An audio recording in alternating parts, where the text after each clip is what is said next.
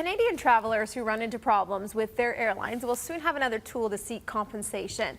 But the new air passenger protection regulations, the first phase of which takes effect today, already facing criticism from travelers, advocates, and from airlines. The new regulations are meant to help air passengers with lost luggage and long delays and getting bumped from flights and all those things that we can sometimes run into as we head to the airport. Danielle Smith from Global News Radio joins us now with more on this one. This sounds like it's a great day for air passengers, though, Danielle. Yeah, I'm surprised that we're not hearing more complaints from the airlines because, wow, some of these compensation penalties are huge. I was going through them to try to think of my own travel experience to see whether I would have qualified for any.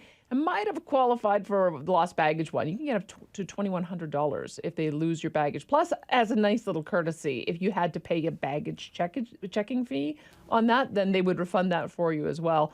And then other penalties related to if they overbook, because this is one of the ways in which airlines have been able to get their passenger load up, is that there's a certain number of people who will book but then not show up. And so they get into a practice of overbooking. Well, the problem is if everyone shows up, then you've got people who don't have a seat. And so in those circumstances, they're going to have to pay big time, depending on how long the delay is to get you an alternative flight.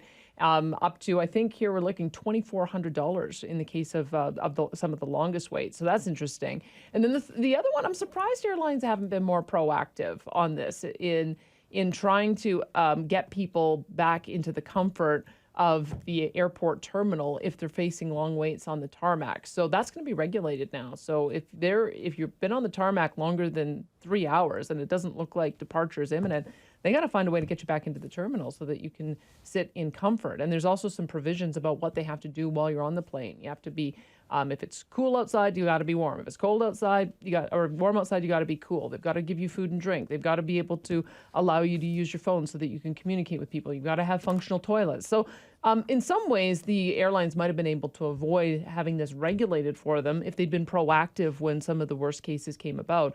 But now looks like there's going to be some people who are in line for some big paydays when the airlines screw up. So we'll have to monitor how this goes over the next year. Yeah, I think there's going to be a lot of conversation around this one in the next few weeks and over the next year for sure. Much more on your show today, Danielle. Thanks for this. Thank you. You can listen to Danielle Smith on the radio, Global News Radio, starting at 9:30 this morning.